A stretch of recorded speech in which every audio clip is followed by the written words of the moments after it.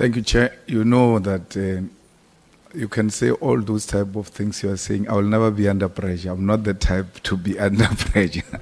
So you're praising everyone so that I can also finish within a limited time. Advocate, I will assume that you are a supporter of our current democratic dispensation, and that this constitution we have is one of the documents that are trying to protect us as South Africans and whoever finds himself within our country. That is correct, Honorable Malema. And any anti-democratic practices, you will never subscribe to those, even if you are emotionally, very strong on a particular issue. As long as it's not consistent with the law and the Constitution of the Republic of South Africa, you will never agree to that. I don't, Honorable Malema. So let's say, for instance, for crime intelligence, for it to listen to people, they have to go to a judge and get a permit. It's a good thing to do under democracy. Honorable Malema, for me, I think they call it the Act 70 interceptions.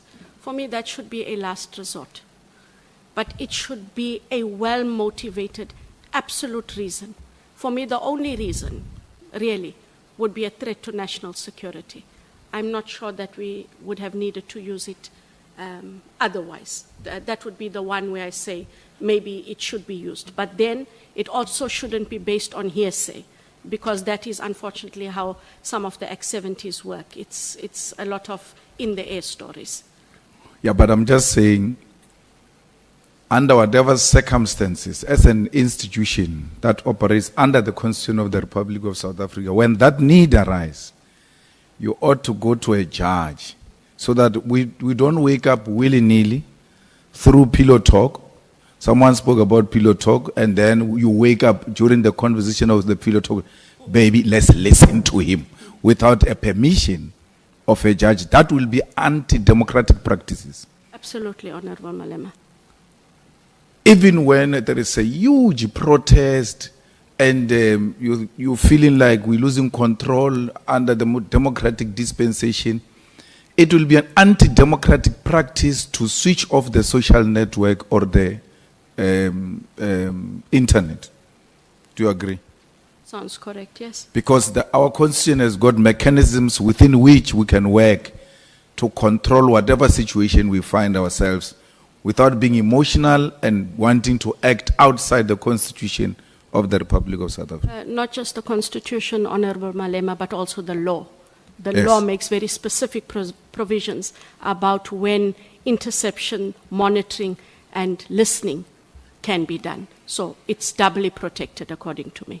Yes. And an institution like IDEC, it is only democratic practice that with the power it has, I mean, I had you saying you got the phone, you were able to take out what from the phone of Matlala and all of that. That's a very powerful institution, and it shouldn't be a matter of discussion between people who subscribe to democratic practices, not to want to subject themselves to check and balances, because it might not be you tomorrow.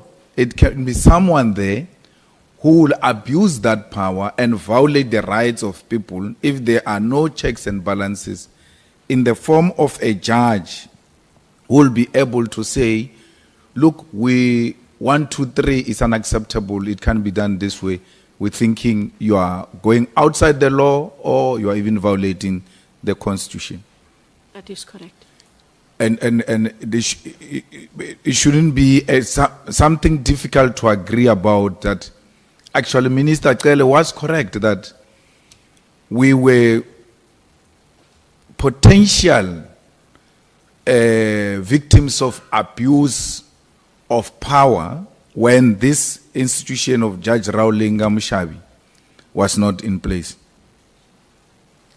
Because that thing you are talking about of, if you do this, we take you to labor, that is supervision, it's not oversight. If you make a mistake, they report you to a senior, is supervision. Oversight is much bigger than that. And it serves to protect the institution of democracy more than a mere labor issue, more than a mere criminal issue. It's very broad, and in its characterization is designed in such a way that it must secure in the main our constitution and the law against a potential abuser of the law. I agree with you, Honorable Malema, and that should IDEC have wanted to monitor or conduct interceptions, it would have had to do it in terms of the law. Now, even in the time when there wasn't the Honorable Rawlinga J. Now, there was a Nugent Commission, Mpati Commission, Zondo Commission, and all of that, which spoke to certain issues of corruption and all. When you look at these matters, you spoke about the Nugent Commission, that this is the high-profile case we're dealing with, and this and that one. Percentage-wise, when you put all of these commissions together, you think how many people have you arrested, and to what extent have you been successful? Because one of the cases that you should be handling, I know it must be referred to you, but if you're talking Zondo Commission, state capture reports, Bosasa is one of the outstanding matters of Zondo Commission. And IDEC should be saying to us, since then, 1, 2, 3, 4, we have arrested and we have succeeded with the following cases. Do you think you have done well on those 3 commission's recommendations, if matters were referred to you? We could have done more, but at the time, before the permanency of August 2024, Honorable Malema, we were unable to recruit permanent capability, and we were working on contract positions and duty reassigned. So it is disproportionate, and we have to change our game. In terms of the Bosasa matters, we do have Bosasa matters that are in court, and there are other matters that are under investigation. And in fact, there were 5 new matters that were authorized by the ID as well. So we have quite a few matters that are under investigation and matters that are in court. Patrick Gillingham, Linda T, Vincent Smith, Agritzi. We had the matter for the late Medudu Mieni. With her passing, Mr. Matanjwa is still on trial, and the trial commenced this week. And that matter continues. And then there are other investigations that continue. None of the Bosasa matters that were mentioned at the commission have been closed, if that might be a concern. It becomes worrisome that, there could be, and I like what you said, that, you want to act with evidence and only with evidence and overwhelming evidence so that you don't make mistakes and mess up these cases. But there are so high-profile people who are mentioned in Bosasa. One of them is the national chairperson of the ANC, who's a minister, Gwede Mantashe. The other one is Nomvula Mkwenyane, who ate chickens every December. Agrizi said he was sending chicken every month that's supposed to go to prisoners. Is going to Nomvula. And will such people not be people of interest? Because our inability to defeat corruption is that the high-profile individuals with money don't get to be prosecuted. And these things came out public. We were all there and all of that. So, Honorable Malema, I take the point. However, those investigations continue. What did hamper us is the evidence we sought. We had to get, the only other person who could give us that evidence was Angelo Agritzi, who was also an accused. Angelo Agritzi has, in the past month, now deposed to Section 204 affidavits on various individual matters that we did not have previously. We must now move with those matters. And they are among the matters I'll tell you where I come from, Advocate. Khumalo gets arrested for labor-related matter. And then there are these people who have been eating chickens and eating food of prisoners. and blessed with Austin Martins and all of that, a person is accused of irregular appointment, and that becomes a big issue when we've got this other. So when this is presented before us, it looks like there are others who are treated differently and others are treated differently. But I'm happy that you are saying we are coming close to making more arrests with the 204 we got from Enagris. So my question will be, I'm moving from that one. When does it become an irregular appointment? And when does it become crime? Because there are so many people who got appointed, and there were reports that said, look, man, the due processes were not being followed, and we don't think this appointment was correct. And there are many institutions that deals with that if you are not satisfied with a certain process of appointment. And now we get a situation where one of the crime-fighting leaders in institutions like crime intelligence gets to be arrested with the other colleagues for appointment. I'm not saying it's big or small. There's no big corruption, there's no small corruption. Once it's characterized as corruption, it's big and deserving of the necessary attention. But on this labor process, irregular and crime, when does one become the other? Because if we're to follow what you did, we're going to lock up a lot of people who interfere with appointment of people. I'll tell you, for instance, now, in Johannesburg municipality, a CM was supposed to be appointed. He passes an interview.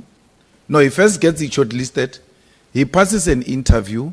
He passes the test that they go through after the interview, competency, whatever test. And political leaders who are outside government go and sit down and say, no, don't appoint this person. So we are subjected to those kind of things that politicians and other people can just do as they wish, but they never get arrested. Here is an arrest on a person that made a wrong appointment and didn't follow procedure or anything of that sort. When does it become irregular? When does it become a crime? So, Honorable Member, we looked at the institution, the position of the accused, and the influence they had in order to circumvent and manipulate the processes. It was different because this is an environment that is charged with upholding, which is part of law enforcement. And there was an active gratification to a person who should never have gotten the job, and they manipulated the processes as we've set out on pages 7 to 9 of the charge sheet. I agree with you that what is happening where it happens in the municipalities should not happen. I did also indicate that part of IDEC's mandate is looking at issues of dishonesty and issues of the municipal MFA or MFA. If those matters are referred, and these are positions that compromise a government and how a government runs, then we are fully within our mandate to look at it. None of those matters have come to the fore, but there's no distinction. One shouldn't be allowed in those processes as they are, because an appointment of the incorrect person, even in the municipality, robs South Africans of service delivery. That in itself is a huge impact that we can't afford. So those matters should be escalated. And if those matters are being dealt with by the Auditor General, I think that is where there's a gap. We have had this conversation, Honorable Malema, I know you don't want long answers, but we had this conversation with the Auditor General to say, we have to find a way where you make certain findings, especially those irregularities and wasted and unauthorized expenditure, non-service delivery because of the misuse of funds in municipalities. We must find a way for those matters to be referred. So we have had that engagement, but we haven't had any of those matters referred because the Auditor General can. Thank you very much. Advocate, And we asked former Minister Cele this question, and he was happy to answer it. And the same thing with the Minister Kunus on special leave. When you went through Matlala's phones, did you find that Bheki Cele called Matlala when Matlala was in prison, or did you call him after prison? Because he says when Matlala was in prison, he didn't call him. And then when Matlala was outside prison, now that he knew the kind of character he was, he has never had any form of communication with him. I myself have not looked at those communications, and those are still part of the investigation. But those were part of the allegations we became aware of, that there were communications by politicians and senior members of the South African Police Services. The ex-minister's name was mentioned, as was the name of Lieutenant General Sabia, as well as other police officials on the platforms that they have. And because they have come out in the commissions, we are looking at them, yes. But what if he's part of those things? Okay, just for record's sake, are you confirming that Matlala's phone's records were tampered with when they were handed over to IDEC? There were communications that were deleted, yes. But what will happen, Honorable Malema, it goes to the question that Honorable Klopper asked. When did those gaps, those deletions take place? And if they happened at material times when allegations are being made that Mr. X would have started communicating, one is able to draw those inferences and take the investigation in a different way. Mr. Matlala's issue, when it was referred to you, who referred it? It was referred to us by a general in the risk audit section of the South African Police. Or not commissioner? Not not the the national commissioner? Not the national commissioner. Now, what I want to understand is, when a matter is reported to you, is referred to you, where do you come in as a head? Does it come to you and then you choose investigators, or how does it work?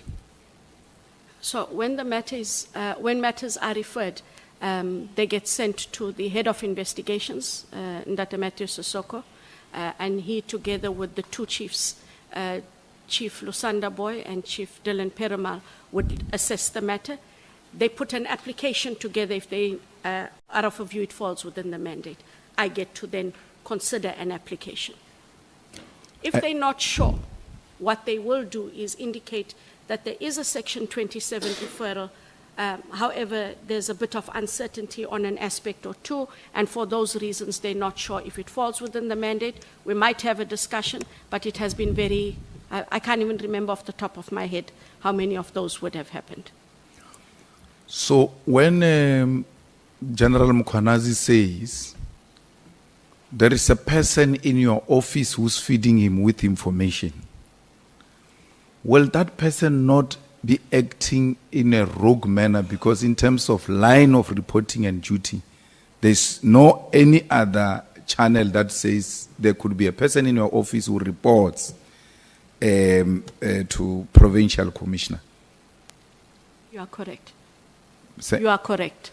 now, when a person reports, like he said, someone from your office reports to him, and he knows, that's how he knows these things, will that person not acting in a rogue manner?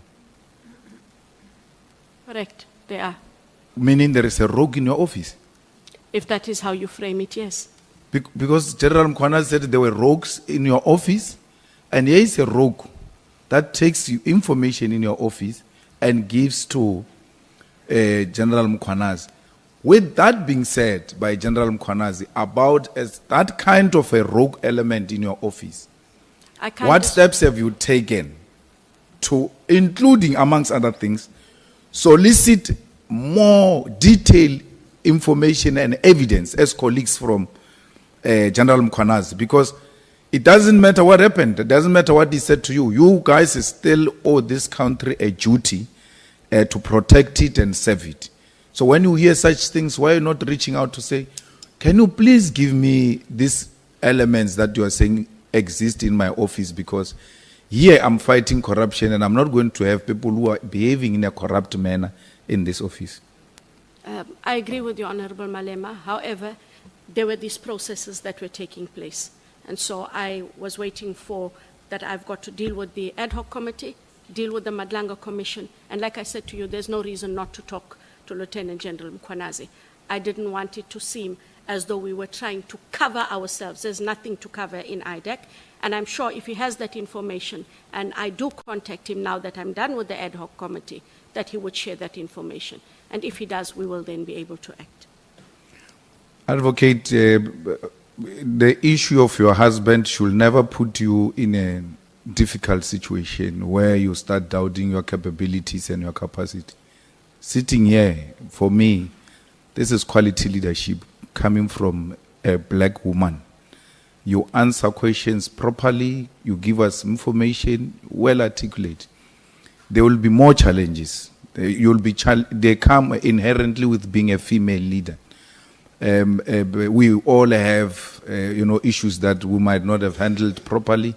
It's part of growth. It's part of becoming more experienced and then dealing with matters differently going forward. And when you live here, this should never, I heard you saying I'm very angry, it must never be one of the issues that are going to distract you from fighting crime and fighting corruption. You came here, we shared that information with you. On a hindsight means I'm more clever now. And you should take it in that spirit and continue to fight. I thought Winnie Mandela died, but Winnie Mandela is multiplied. Thank you very much. I received. Thank you.